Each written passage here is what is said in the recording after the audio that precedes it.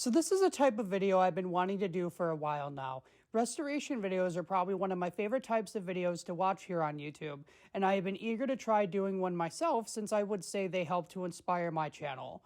I was browsing eBay the other day for old Zoids models when I stumbled upon a listing for a used Zoids build customized Mobilize Dibison for a steal. Not entirely surprising given that the American release of this model lacks the die-cast metal hooves and horns that the new Japanese released Dibison has, so they tend to go for less, especially if they're missing parts. This wasn't a problem for me since I've never owned one of these old battery-powered Dibisons before, and for the price I got it at, I simply couldn't refuse.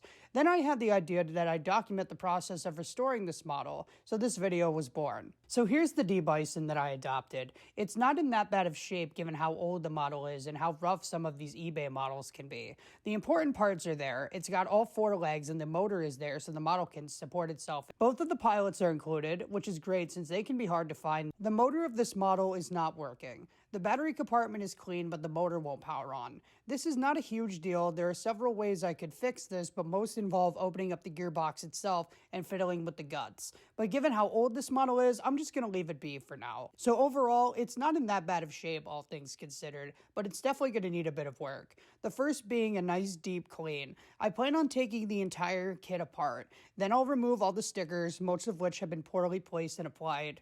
And I was never a fan of over-decaling and stickering kits to begin with. Once the stickers are off, every part will get a hand wash in nice, warm, soapy water, besides the motor, of course. This will remove all the dirt and excess grime that's built up over the years, and I can tell this model definitely needs it.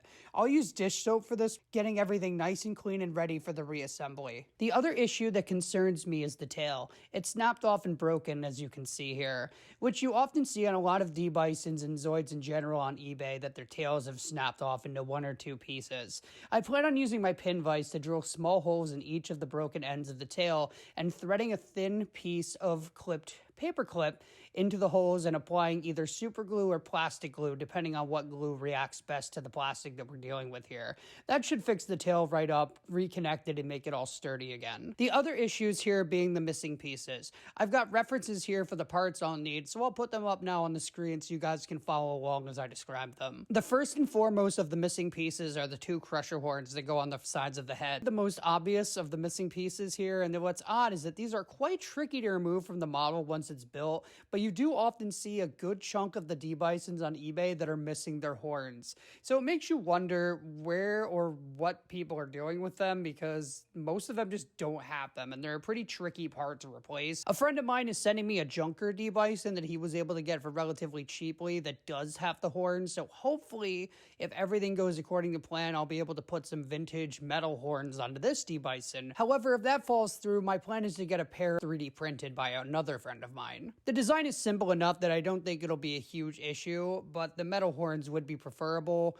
Also, the original plastic horns would be nice too, but I'm going to work with what I can get. Next is the shotgun that is placed directly on the belly. Another piece that I'll have to have replaced or have a 3D printed part made in order to replace it. After the shock cannon, my next priority would be to either get another replacement missile pod to go on the opposite side of the face, or to have a pair of them 3D printed so they both match. And finally, there are the 2 guns that are connected to the back legs. These will be tricky to print given how long and thin they are, so I'm hoping that I'll eventually be able to find a replacement pair of the real thing.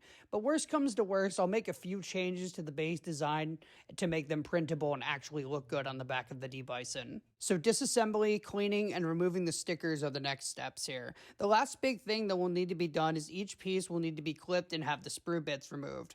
I might do this before I bathe it, depending on how I'm feeling. Most of these pieces have a good portion of the sprue gate left over, meaning that someone probably used scissors to actually clip the parts off the rudders and didn't actually stand and file them down all the way. So I do want to get them looking as clean as possible, so I may end up trimming everything before I clean them. I'm not exactly sure, depending on how many parts need to be clipped. Most of the big parts have sprue gates left over them from assembly, and once I clean them up, they'll be looking a lot better, especially with all of these stickers removed as well. So disassembly, cleaning, and removing the stickers are the next steps here. I'm not sure what parts I'll film next after this initial video here. If there's interest, perhaps I'll have a talking and cleaning video, taking the stickers off and eventually cleaning the parts. But thank you very much for tuning in to my first ever restoration video, or at least my thought thought process for one, and I look forward to seeing you guys in the next parts.